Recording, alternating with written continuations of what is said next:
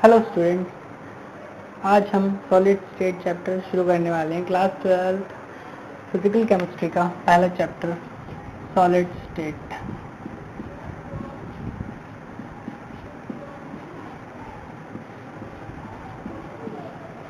Chapter की starting हम सिर्फ एक वर्ड से करेंगे, चैप्टर में solid.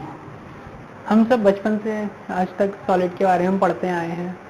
Solids are type of materials which have specific properties. तो आइए सबसे पहले इन्हीं प्रॉपर्टीज के बारे में बात कर लें। ये वैसे प्रॉपर्टी बचपन से पढ़ के भी आए हैं, पर हम एक बार और इन्हें रिवाइज करेंगे और ढंग से उनका मतलब समझेंगे। तो सबसे पहली प्रॉपर्टी होती है solids have definite mass and volume. जो सॉलिड्स का मास होता है और या वॉल्यूम होता है वो डेफिनेट होता है, वो चेंज नहीं हो सकता। दूसरी प्रॉपर्टी आएगी intermolecular space. Intermolecular space in solids are minimum.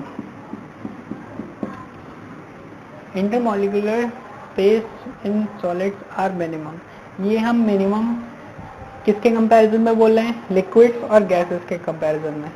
अगर हम सॉलिड्स का स्ट्रक्चर देखें तो ये इसके मॉलिक्यूल्स होते हैं, ये बहुत टाइटली क्लोज होते हैं। तो ये जो बीच में जो डिस्टेंस होता है इसे हम इंटरमॉलिक्यूलर डिस्टेंस कहते हैं।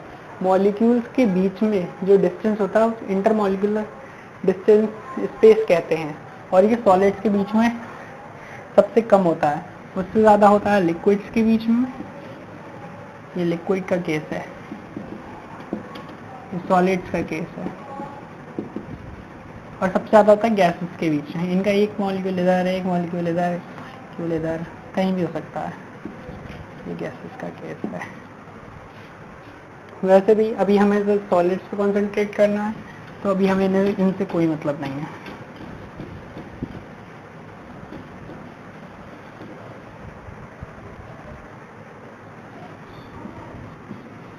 तीसरी बात, जो इंटरमॉलिक्यूलर फोर्स ऑफ अट्रैक्शन होता है, inter molecular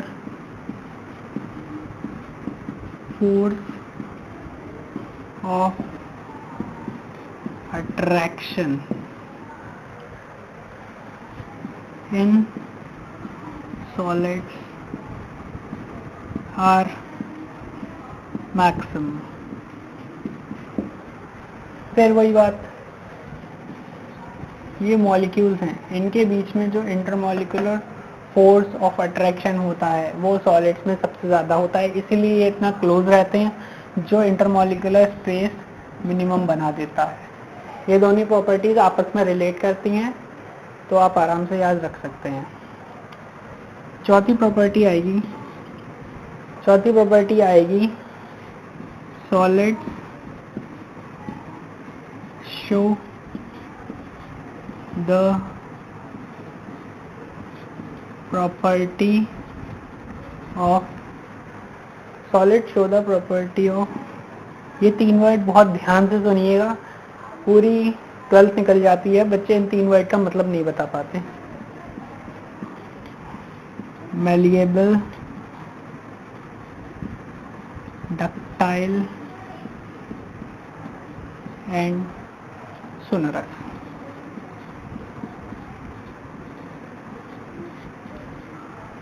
solid show the property of malleable, ductile and sonorous. ये तीन वर्ड थोड़े ट्रिकी हैं, आइए इनका मतलब समझते हैं। सॉलिड्स ये प्रॉपर्टी शो करते हैं, तो ये प्रॉपर्टी होती क्या है? पहले थोड़ी जगह बना लेते हैं। सबसे पहले बात करते हैं मैलिएबल की। मैलिएबल ये किस चीज़ की प्रॉपर्टी होती है? अगर कोई किसी भी चीज़ को बिना तोड़े हम किसी कोई भी शेप दे सकते हैं, तो उस प्रॉपर्टी को कहते हैं मैलिएबल। ये प्रॉपर्टी सिर्फ सॉलिड शो करते हैं क्योंकि इन्हें बिना तोड़े किसी कोई भी शेप दी जा सकती है, तो ये हो जाती है मैलिएबल की प्रॉपर्टी। अब बात आती है डक्टाइल। ये डक्टाइल क्या होता है? किसी भी चीज को अगर एक वायर का फॉर्म दे सकते हैं, एक थिन वायर का फॉर्म दे सकते हैं, तो उस प्रॉपर्टी को कहते हैं डक्टाइल। ये प्रॉपर्टी भी सॉलिड शो करते हैं। ये हो गई डक्टाइल की बात। अब आ गया sonorous. Sonorous is a type of specific voice. Voice means आवाज।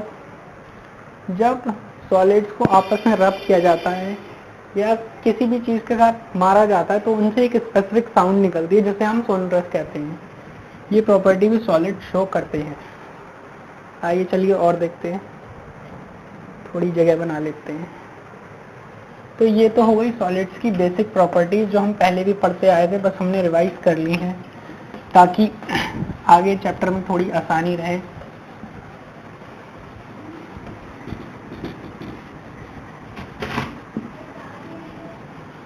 आगे बात करते हैं टाइप्स ऑफ सॉलिड की। Types of solid. सॉलिड्स कितने टाइप के होते हैं? Types of solids. Solids basically दो टाइप के होते हैं।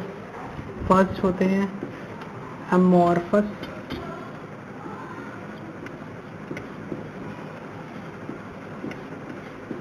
सॉलिड्स। सॉलिड्स हमेशा टू टाइप्स के होते हैं, अमॉर्फस सॉलिड्स, क्रिस्टलाइन सॉलिड्स।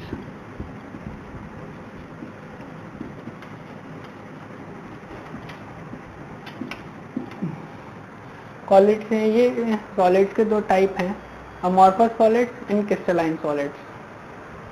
आइए इनके बारे में बात कर लेते हैं। तो क्लास 12th में इनका कंपैरिजन बहुत पूछा जाता है, तो इन्हें कंपैरिजन के बेसिस पे ही समझते हैं। एक लाइन खींच लिया जाएगा बीच में अपनी कॉपी में। एक साइड आ जाएगा अमॉर्फस सॉलिड्स,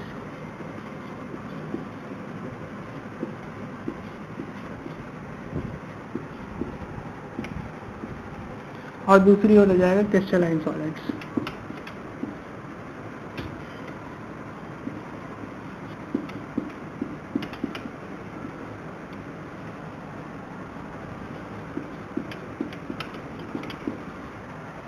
तो अमॉर्फस सॉलिड्स और क्रिस्टलाइन सॉलिड्स। सबसे पहले इनके स्ट्रक्चर के बारे में बात कर ले रहे हैं। जो अमॉर्फस सॉलिड्स होते हैं ये बेसिकली असिमेट्रिक होते हैं नेचर में। एसिमेट्रिक का मतलब कोई भी एक वेल डिफाइंड शेप ना होना, एक वेल डिफाइंड अरेंजमेंट ना होना पार्टिकल्स का, दैट इज कॉल्ड एसिमेट्रिक। तो सबसे पहले यही बात आती है कि ये एसिमेट्रिक होते हैं।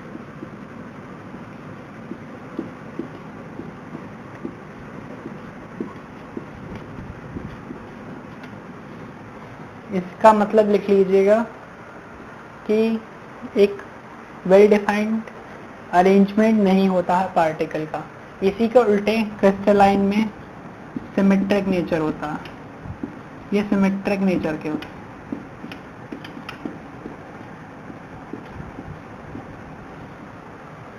सिमेट्रिक नेचर इसे डायग्राम से समझते हैं। अमॉर्फस में जैसे दो टाइप के पार्टिकल्स हैं एक सॉलिड के अंदर, तो दो टाइप के सॉलिड्स हैं ए और बी। तो अमॉर्फस में क्या होगा, ए होगा, फिर ए होगा, फिर ए होगा, फिर बी में बीच में बी आ जाएगा, फिर बी आ जाएगा, फिर ए आ जाएगा। तो कोई भी एक वेल डिफाइंड शेप नहीं है। जबकि क्रिस्टलाइन में क्या होगा, क्रिस्टलाइन में एक वेल डिफाइंड मैनर होगा। ए होगा, फिर बी होगा, फिर ए होगा, फिर बी होगा, फिर ए होगा। ये एक पैटर्न शो कर रहे हैं, एक वेल डिफाइंड पैटर्न है इनके अंदर। तो इसलिए ये सिमेट्रिक हैं क्रिस्टलाइन सॉलिड, इसलिए ये सिमेट्रिक इन नेचर होते हैं। अब दूसरी प्रॉपर्टी की बात कर लेते हैं।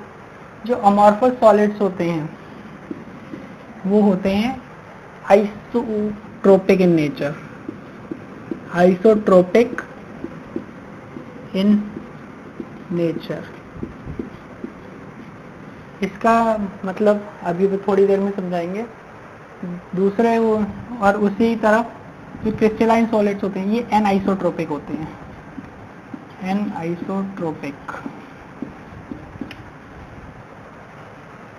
तो आइसोट्रोपिक का मतलब क्या है हमारे लिए? आइसोट्रोपिक वर्ड का मतलब है कि किसी भी डायरेक्शन में कोई फिजिकल प्रॉपर्टी शो करना। मतलब किसी भी डायरेक्शन में देख लीजिए ये एक फिजिकल प्रॉपर्टी शो करते हैं। मतलब ऐसे देखिए कि जैसे रिफ्रैक्टिव इंडेक्स है, तो जैसे ये कोई अरेंजमेंट है ए बी ए बी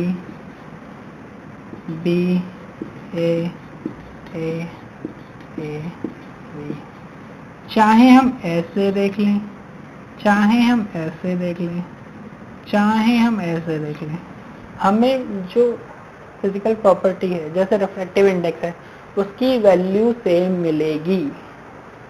वही बात आती है क्रिस्टलाइन सॉलिड्स में। क्रिस्टलाइन सॉलिड्स में होता है A D A B A B A D A. इसमें बात आती है कि इसमें अगर हम ऐसे देखें तो ए बी आ रहा है, इसमें ऐसे देखें तो ए बी आ रहा है, पर हम अगर ऐसे जाएंगे तो यहाँ ए आ रहा है। तो ये हर डायरेक्शन में कोई भी फिजिकल प्रॉपर्टी इसकी सेम वैल्यू शो नहीं करेगा, इसलिए एन आइसोट्रोपिक है नेचर में। ओके, तीसरी बात करते हैं। जो अमॉर्फस सॉलिड्स होते हैं दे डू नॉट शो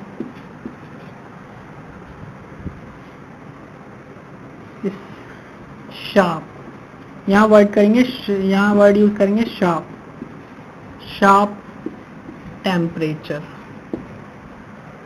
जो अमॉर्फस सॉलिड्स होते हैं ये कोई शार्प टेम्परेचर शो नहीं करते।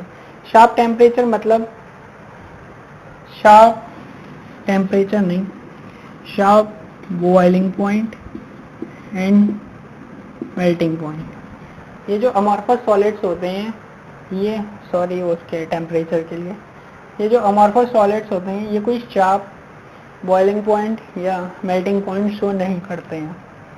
ये एक स्पेसिफिक रेंज शो करते हैं। जैसे किसी भी अमॉर्फस सॉलिड्स को हम गर्म होने रखेंगे तो एक स्पेसिफिक टेम्परेचर पर वो आकर बॉयल नहीं होगा, वो एक बॉइलिंग पॉइंट की एक रेंज शो करेगा, ना कि एक टेम्परेचर पे आके बॉयल होना शुरू कर देगा। यहीं अगर हम क्रिस्टलाइन सॉलिड्स की बात करें तो they do show sharp boiling point and melting point. जो क्रिस्टलाइन सॉलिड्स होते हैं ये sharp boiling point and melting point show करते हैं। अगर इन्हें गर्म होने रखेंगे तो एक स्पेसिफिक टेम्परेचर पे आकर वो बॉयल होने लगेंगे। चौथी प्रॉपर्टी आती है,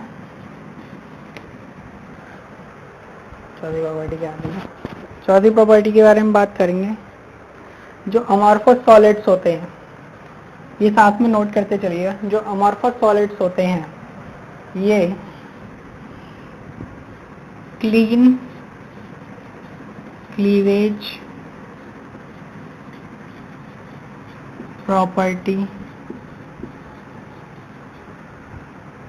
शो नहीं करते। अगर अमॉर्फस सॉलिड्स को काटेंगे तो वो एक बहुत साफ सुथरे दो पीसेस में नहीं कट होंगे, जबकि क्रिस्टलाइन सॉलिड में ऐसा नहीं है। अगर हम इन्हें काटेंगे तो they do show clean cleavage property. आसान सी बात है, इन्हें काटेंगे तो दो अलग साफ सुथरे पीसेस में कट जाएंगे। तो चलिए थोड़ी जगह बना लेते हैं, आप नोट कर लें तो आगे बढ़ेंगे।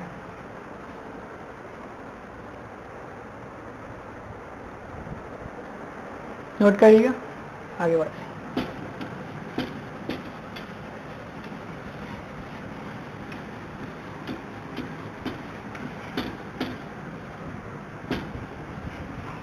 चार पॉइंट हो चुके हैं।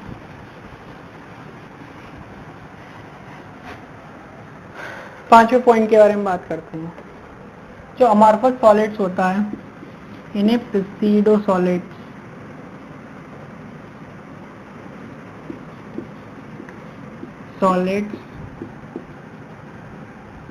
और सुपर कूल लिक्विड कहते हैं।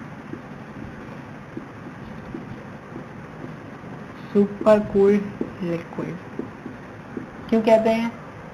प्सिडो का मतलब होता है फॉल्स। प्सिडो का मतलब होता है फॉल्स।